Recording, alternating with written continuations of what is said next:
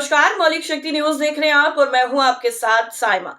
देश भर में अपनी जमीन की मजबूती पाने की कोशिश में लगी कांग्रेस जब पिछले एक दशक में गुजरात से निकली मोदी शाह की जोड़ी की चाणक्य नीतियों की काट नहीं ढूंढ पाई है, तो उसने अब इस किले का ही तिलिस्म तोड़ने के लिए उसी गुजरात का रुख किया है जिसकी धरती से निकले गांधी और पटेल जैसे नायकों ने आजाद भारत के सपने को साकार करने में अपनी अहम भूमिका निभाई थी। और इस बार कांग्रेस की क्या कुछ रणनीति होने वाली है और कैसे बीजेपी को कांग्रेस गुजरात में पटखनी देने की तैयारी कर रही है, चलिए सब कुछ आपको एक एक करके बताते हैं। दरअसल कांग्रेस ने बीजेपी के खिलाफ अपनी लड़ाई को सिर्फ राजनीतिक या सत्ता पाने की कोशिश तक ही सीमित नहीं रखा है, बल्कि गुजरात की धरती से उन्होंने कांग्रेस बनाम बीजेपी संघ की विचारधारा की लड़ाई को अंग्रेजों की दमनकारी विचारधारा के खिलाफ लड़ाई जैसा तक करार दे दिया है। साबरमती तट पर हुए कांग्रेस के 84वें अधिवेशन में कांग्रेस अध्यक्ष मल्लिकार्जुन खड़गे ने बाकायदा ऐलान किया है कि जिस तरह से आजादी की लड़ाई में कांग्रेस अंग्रेजों और संघ के खिलाफ लड़ी, उसी तरह से आज भी कांग्रेस बीजेपी संघ की सांप्रदायिक और विभाजनकारी सोच से लड़ रही है। कांग्रेस यही नहीं रुकी, उसने अपनी इस लड़ाई को आजादी की दूसरी लड़ाई का नाम तक दे डाला है। अब सवाल उठता है कि आखिर कांग्रेस को गुजरात से देश को यह संदेश देने की जरूरत आखिर पड़ी तो पड़ी क्यों? दरअसल आजादी की लड़ाई में गुजरात की एक अपनी बहुत अहम भूमिका रही है।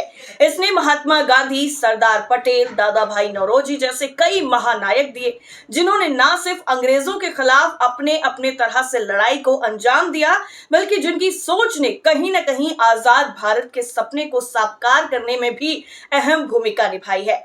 इसके अलावा जिस तरीके से केंद्र में पीएम मोदी की सरकार के आने के बाद से बीजेपी की तरफ से महात्मा गांधी, पटेल और अंबेडकर जैसे तमाम महानायकों की विरासत पर दावा जताने की कोशिश होती रही है, कभी मोदी के स्वच्छ भारत अभियान के जरिए गांधी के प्रतीक को अपनाना हो या फिर केवड़िया में सरदार पटेल की विशालकाय प्रतिमा स्थापित कर एकता नगर की परिकल्पना को साकार करना हो या फिर अंबेडकर के जीवन से जुड़े 5 स्थलों को पंच तीर्थ का नाम देना। इतना ही नहीं, इस दौरान बीजेपी की तरफ से लगातार इस बात को भी रेखांकित और प्रचारित भी किया गया है कि कैसे नेहरू गांधी की कांग्रेस सरकारों में गांधी को छोड़ इन बाकी सारे नायकों की अनदेखी हुई या फिर नेहरू और गांधी परिवार से इनकी कभी बनी नहीं।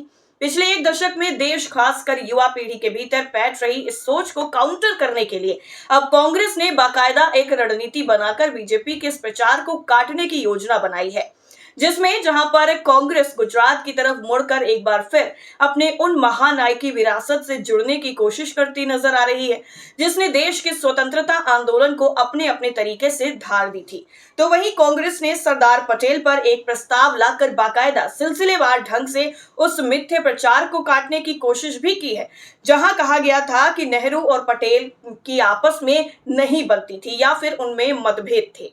कांग्रेस की तरफ से आने वाले 31 अक्टूबर को सरदार पटेल की 150वीं जयंती के आयोजन का ऐलान भी उसी विरासत पर फिर से अपने दावे को पुख्ता करने की भी एक कवायद है।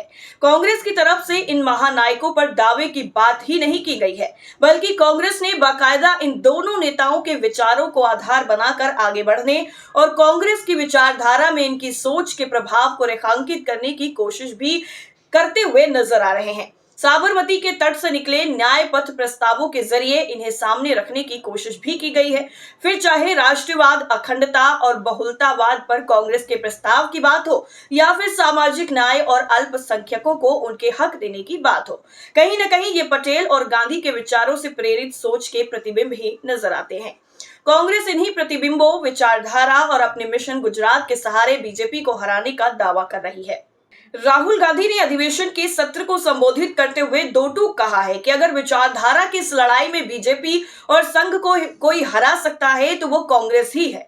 वहीं कांग्रेस समझ रही है कि बीजेपी को हराना है तो सबसे पहले उसे उसके सबसे मजबूत किले यानी गुजरात को ही भेदना होगा। लोकसभा चुनाव में बीजेपी को 240 पर रोकने के बाद इंडिया गठबंधन के दलों के लोकसभा के नेता बने राहुल गांधी ने पीएम मोदी और गृह मंत्री के सामने खुली चुनौती भी दी थी कि वो अगली बार गुजरात जीत कर दिखाएंगे।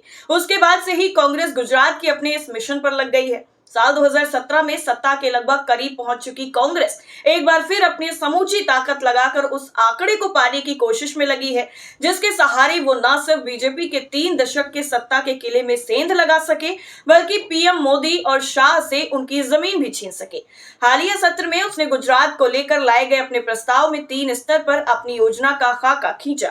पहला, उसने गांधी पटेल जैसे नायकों की अपनी विरासत को नए सिरे से दावा पेश करने की कोशिश की।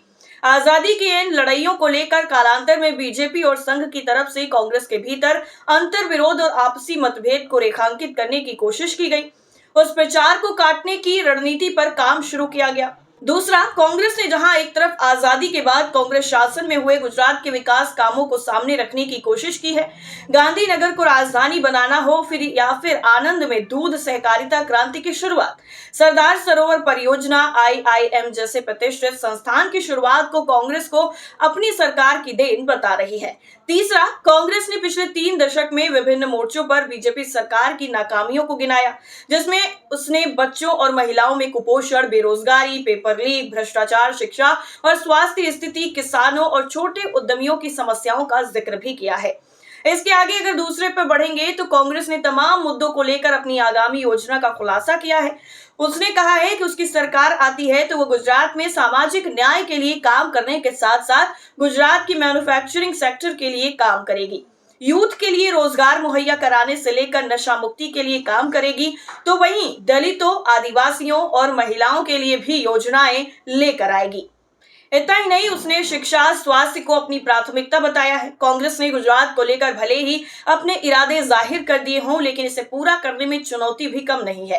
कांग्रेस के सामने एक बड़ी चुनौती गुजरात के लोगों के भीतर देश की सत्ता के केंद्र में बैठे अपने 2 शीर्ष नेताओं नरेंद्र मोदी और अमित शाह के रूप में जो गुजराती प्राइड बैठा है, उसे चुनौती देना भी है।